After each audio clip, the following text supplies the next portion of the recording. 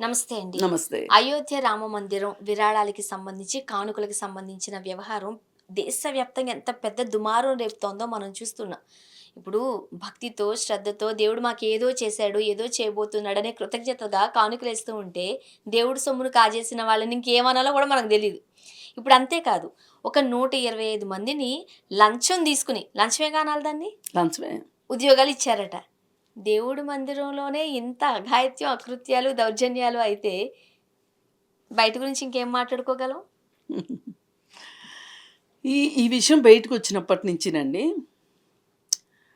ఈ ఈ అకృత్యాలన్నీ ఒక 35 ఏళ్ల నుంచి సాగుతున్నాయి. హ్మ్. అంతకంటే ముందు నుంచి సాగుతున్నాయి అని చెప్పి మాట్లాడుకుంటున్నాం. అంటే దాదాపు దీనికొక 40 ఏళ్ల చరిత్ర ఉంది. రాముడి పేరు చెప్పుకొని చెట్టు పేరు చెప్పుకొని కాయలమ్ముకున్నట్లుగా వ్యవహారం చేస్తున్నారు అని. ఏ రోజైతే అద్వానీ గారు రథయాత్ర, ఏ రోజైతే బాబ్రీ మసీదు కూల్చివేత, ఏ రోజైతే శిలాన్యాస్ పేరుతోటి ఇటుకలు తీసుకుని రండి మీ ఊరు నుంచి కరసేవకులారా అని అన్నారో అప్పటి నుంచి ఇవన్నీ జరుగుతున్నాయి. ఈ అవినీతి అంతా అప్పటి నుంచి జరుగుతుంది. ఇవాళ కొత్తగా వచ్చింది కాదు ఇది. ఇదేదో రామ మందిరం గుడి పెట్టిన తర్వాత ఈ గుడిలో ఉద్యోగాలు ఇప్పించారు, లేకపోతే పూల్ కాంట్రాక్ట్లో లోపం జరిగింది, స్వీట్ల కాంట్రాక్ట్లో లోపం జరిగింది, ఇట్లాంటివన్నీ మాట్లాడుకోవాల్సిన అవసరం లేదు. ఇది చాలా లేట్ అయింది మనం మాట్లాడుకోవటం. ఓకే. ఇది చాలా ఎప్పటి నుంచో జరుగుతుంది ఇది. మహారాష్ట్రలో శివసేన పార్టీ వాళ్ళు కూడా మేము కూడా వెండి ఇటుకలు ఇచ్చాము, మావి కూడా స్వాహాయన అని చెప్పి వాళ్ళు స్టేట్మెంట్ ఇచ్చారు. అక్కడ దాకా ఎందుకండి? చాలామంది ఇప్పుడు ఇక్కడ మనకి సత్యవాణి గారు అని ఒక ఆవిడ ఉంటారు, గొట్టిపాటి సత్యవాణి అవును. గారు. అవును. ఆవిడ అప్పట్లో మ్, రాముడి గుడి కోసం అద్వానీ గారు ఇచ్చిన పిలుపు మేరకు ఆమె జుట్టు ముడి వేసుకోకుండా జుట్టు విరపోసుకొని అప్పుడు ఆమె ఇక్కడి నుంచి శిలాన్యాస యాత్రలో అయోధ్యకు వెళ్ళి వచ్చిన ఆవిడ ఆవిడ జీవితంలో ఏదైనా అద్భుత ఘట్టం ఉంది అంటే గనక అదే నా నా జీవితంలో అద్భుత ఘట్టం అని చెప్పుకుంటారు సత్యవాణి గారు. అంటే దేవుడి కోసం ఇలా చేసిన వాళ్ళ గురించి నేను గొప్పలు చెప్పటం కాదు, కానీ వాళ్ళు ఒక నమ్మిన దానికోసం ఉన్నారు. ఈ నమ్మిన దానికోసం ఎవరైతే గుడ్డిగా ఒక నమ్మకంతో అక్కడికి ఆ భావాన్ని, ఆ మనసులో ఉన్న దేవుడు అనే ఒక భావాన్ని మోసుకుని వెళ్ళారు. వాళ్ళు మోసుకుని వెళ్ళేటప్పుడు వాళ్ళు ఒక్కళ్ళే మోసుకుని వెళ్ళాల, చుట్టుపక్కల చాలామందిని ప్రభావితం చేశారు. వీళ్ళందరూ కూడా ఆ భక్తిలో మునిగి తేలారు. అప్పట్లో అంటే ఎవరు ఏమి ఇవ్వలేని వాళ్ళు, డబ్బులు లేని వాళ్ళు ఒక్క ఇటుక కూడా ఇచ్చిన సందర్భాన్ని చూసామండి. అదే ఆ ఇటుకలే తీసుకురమ్మన్నారు. ఆ! మీ ఊరు నుంచి ఒక ఇటుక శ్రీరామ్ అని రాసి ఉన్న రాసున్న ఇటుకలు ఇటుక. తీసుకొని రండి అని చెప్పారు. అట్లానే సచివాణి గారు కూడా అలాగే వెళ్ళారు. అంటే నేనేమంటున్నానంటే ఇక్కడ భక్తుల మనోభావాలు ఇక్కడ చాలా ఇంపార్టెంట్. దేవుడు ఉన్నాడా లేదా అనేది అదొక చర్చ, అది పక్కన పెట్టండి. కానీ ఇంతమంది మనుషులు మనోభావాల్ని మీరు ఎట్లా కొల్లగొట్టాలనిపించిందండి మీకు? మీకు అసలు మనస్సాక్షి ఉందా ఇలా చేసే వాళ్ళకి? దట్టు అయోధ్యలో రామమందిర నిర్మాణానికి సంబంధించి ఎన్ని సంవత్సరాలు ఒక యుద్ధమే చేసి 40 సంవత్సరాలు, 40 సంవత్సరాల యుద్ధం మీరు గెలిచారు. అది చిన్న విషయం కాదు చిన్న కదా! విషయం కాదు. మరి అంతటి అది ఒక మహోద్యమంలాగా వెళ్ళింది, చరిత్రలో నిలిచిపోయే అంశం. నిలిచిపోయింది. మళ్ళీ చెప్తున్నానండి, నేను దాన్ని సమర్థించానని కాదు, అది తప్ప ఉప్ప వేరే విషయం. కానీ చాలామంది దానికి ఇన్ఫ్లుయెన్స్ అయ్యి వాళ్ళ చుట్టుపక్కల వాళ్ళని ప్రభావితం చేసుకుంటూ ఊర్ల నుంచి, దేశం నలుమూలల నుంచి అయోధ్యకి వెళ్ళి కరసేవకుల పేరుతోటి అక్కడ వాళ్ళు ఆ రాళ్ళను అక్కడ పెట్టారు. పెడితే ఇంతటి మనోభావాలు ఏవైతే ఉన్నాయో, వీళ్ళలో అందరూ దొంగలని నేను చెప్పను.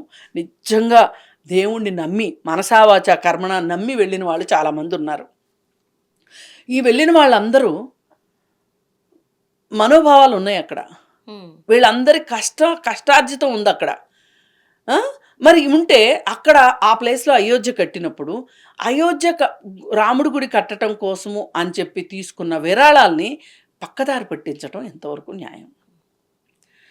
ఇప్పుడు మా మతాన్ని ఏమనంటే మేము ఊరుకోం, అసలు మా మతం జోలికి వచ్చారంటేనా పళ్ళు రాలుతాయని మాట్లాడతారు కదా. వీళ్ళు మట్టుకు యథేచ్ఛగా వేరే దేవుళ్ళ జోలికి వెళ్తారు. ఇప్పుడు మన త్రిబులార్ గారు ఉన్నారు, ఆయన ఏముంది,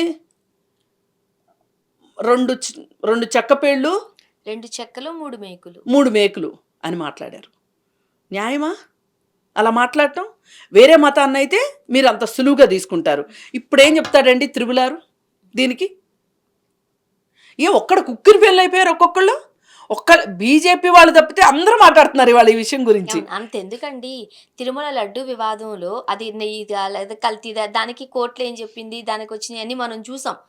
ఆ టైంలో సనాతని అని చెప్పుకున్న పవన్ కళ్యాణ్ గారు గుడిమెట్లు కడిగిన సందర్భం మనం చూసాం. పాప ప్రక్షాళన చేశామని చెప్పారు, సంప్రోక్షణ చేశారు. ఇన్ని చేసిన వాళ్ళు ఇప్పుడు అయోధ్యలో ఏం చేస్తారు? ఒక మాట మాట్లాడలేకపోతున్నారు. నేను అదే అంటున్నా, దేశం మొత్తం మీద వాళ్ళు మాట్లాడింది ఎవరంటే బీజేపీ వాళ్ళు తప్పితే ఎవరు మాట్లాడట్లా. అందరు వేరే వాళ్ళే మాట్లాడుతున్నారు, బీజేపీ వాళ్ళు ఒక్కళ్ళే మాట్లాడట్లేదు. ఇప్పుడు వాళ్ళు బెల్లం కొట్టిన రాళ్ళలాగా తయారయ్యారు. ఎందుకు మాట్లాడలేకపోతున్నారు? ఇది బట్టబయలు అయిపోయింది. పైగా అసలు వీళ్ళు ఎట్లా పక్కదారి పట్టిస్తున్నారంటే ఈ సందర్భంలో చెప్పుకుని తీరాలి. ఇప్పుడు నాసిక్లో వీళ్ళకి సంబంధించి ఒక స్కామ్ బయటకు వచ్చింది. ఆడెవడో టేబుల్ బాబా అని స్కామ్ బయటకు వచ్చింది, మాట్లాడుకున్నాం. అయితే అది వచ్చిన దరిమిల ఒక 2 ఫేక్ కేసులు పట్టుకొచ్చారు. టీసీఎస్లో జరిగింది అని, అలాగే షోలాపూర్లో ఇంకొకటి ఏదో జరిగింది. వాడంట 19 ఏళ్ల కుర్రాడు 130 మంది అమ్మాయిలను అత్యాచారం చేశాడని ఒక కేసు పట్టుకొచ్చారు. సరే, ఈ 2 చేశారు కదా, ఈ 2 బాగానే ఉన్నాయి. ఇప్పుడు ఇవాళ కొత్తగా నాసిక్లో శివలింగం వచ్చింది అని చెప్పి, అంటే ఇప్పుడు అందరూ అసలు నాసిక్లో ఆ బాబా విషయం ఎవ్వరు మాట్లాడకూడదు. అది అట్టడుగులోకి వెళ్ళిపోవాలి, కిందకి వెళ్ళిపోవాలి. దానిపైన ఇంకోటి వచ్చినాయి అనుకోండి, అది ఎంత అట్టడుగుకి వెళ్తే అంత అవసరం, అంత లాభం మనకి. అంటే వేరే మతంలో ఏదైనా జరిగింది అంటే మీరు ఇంత ఆవేశాలు అగ్గి పరాటాలు అయిపోతారు కదా ఒక్కొక్కళ్ళు. దూరం వెళ్ళక్కర్లా, మన హైదరాబాద్లోనే ఒక 5-6 మహిళా మనులు ఉన్నారు, అగ్గి పరాటాలు అయిపోతారు. వాళ్ళు కూడా ఏం మాట్లాడలే. ఇప్పుడు చీమగుట్టిన దొంగలు, తేలుగుట్టిన దొంగల్లాగా కూర్చున్నారు. అయితే విరాళాలు పక్కదారి పట్టడమే కాకుండా అన్ని రకాల అవలక్షణాలు అక్కడికి వచ్చి చేరుతున్నాయి. ఎప్పుడైనా గుర్తుపెట్టుకోండి, గుడి, చర్చు, మసీదు, ఈ 3 చోట్ల అక్కడ చేరిన మనుషుల వల్ల అవినీతి జరగడానికి అవకాశం ఉంది, జరుగుతున్నాయి. దేవుడికి చెడ్డ పేరు వస్తుంది, దేవుడికి చెడ్డ పేరు ఎక్కడైనా సరే. మనం అసలు కాదు, విగ్రహాల్లో ఉండే దేవుళ్ళు కానీ, పటాల్లో ఉండే దేవుళ్ళు కానీ, మసీదుల్లో ఉండే దేవుళ్ళు కానీ వాళ్ళు చేస్తారండి ఇవన్నీ? వాళ్ళ పేరు చెప్పుకుని వేరే వాళ్ళు చేస్తున్నారు ఇదంతా. అయితే మనకి నోరుంది కదా అని చెప్పి వేరే మతాల చరిత్రలోకి వెళ్ళి, తవ్వకాల్లోకి వెళ్ళి తవ్వి తీసి వాళ్ళని మాట్లాడటం మనకెంత వచ్చో, వేరే మతాల వాళ్ళకి కూడా మన మతం గురించి మాట్లాడే హక్కు ఉంటుందిగా, మాట్లాడతారుగా. ఇది వేరే మతస్థులు వచ్చి పరమతస్థులు వచ్చి మాట్లాడటంలా చేయలేదు. అక్కడ 125 మందికి ఉద్యోగాలు ఇచ్చింది పరమతస్థులు కాదు. ఓకే, అక్కడ విరాళాలు దోచేసింది వేరే మతానికి సంబంధించిన వాళ్ళు కాదు. ఇప్పుడు ఇదంతా బయటకు వస్తే మాట్లాడుతున్న వాళ్ళు కూడా వేరే మతస్థులు కాదు, మీ మతం వాళ్ళే మాట్లాడుతున్నారు. మాట్లాడక తప్పదు.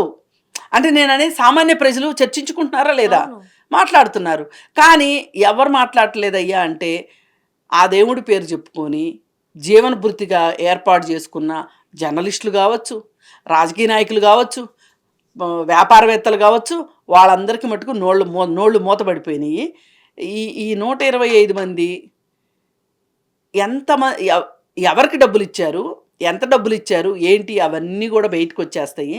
ఇది ఇప్పుడు తీగలాగితే డొంక కదిలింది అన్నట్లు కదిలింది.